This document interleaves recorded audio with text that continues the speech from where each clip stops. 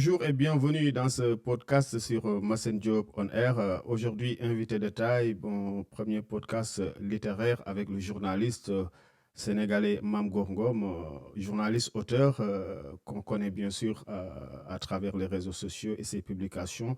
Mais il revient à notre parution à Salon comme biais et aujourd'hui c'est biais de départ. Je pense qu'on va avoir une discussion intéressante, Mame Goor Ngom. D'abord, bonjour Mame Goor Ngom. Bonjour Massen. C'est un plaisir d'être invité chez Massen Job on Air. Le plaisir est partagé.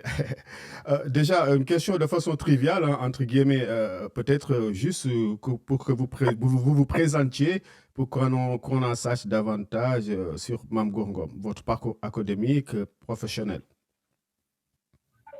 Oui, un résumé simple de mon parcours professionnel et académique. Bon, on commence par le parcours académique, c'est un parcours classique. Hein?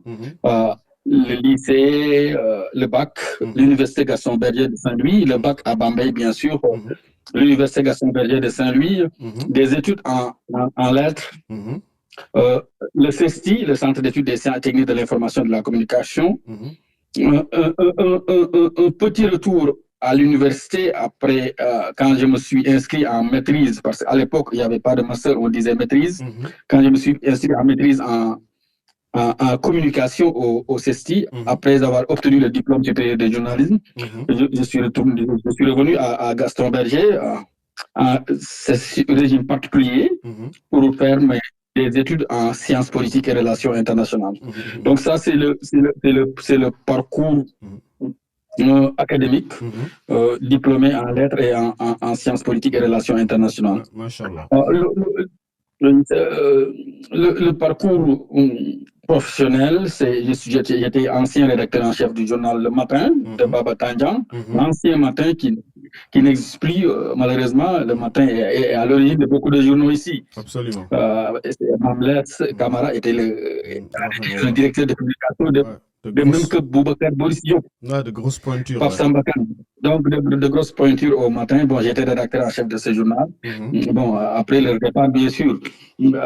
À la suite, je suis devenu rédacteur en chef du journal La Tribune. D'ailleurs, je fais partie des fondateurs, si je peux m'exprimer ainsi, de ce journal du groupe des médias.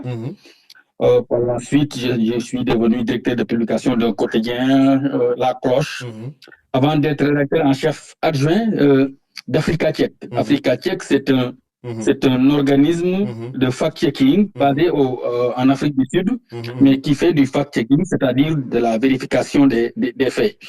Donc, aujourd'hui, je suis formateur, je suis auteur, je suis consultant à mes heures. Bon, je pense que c'est assez en résumé mon parcours professionnel et académique.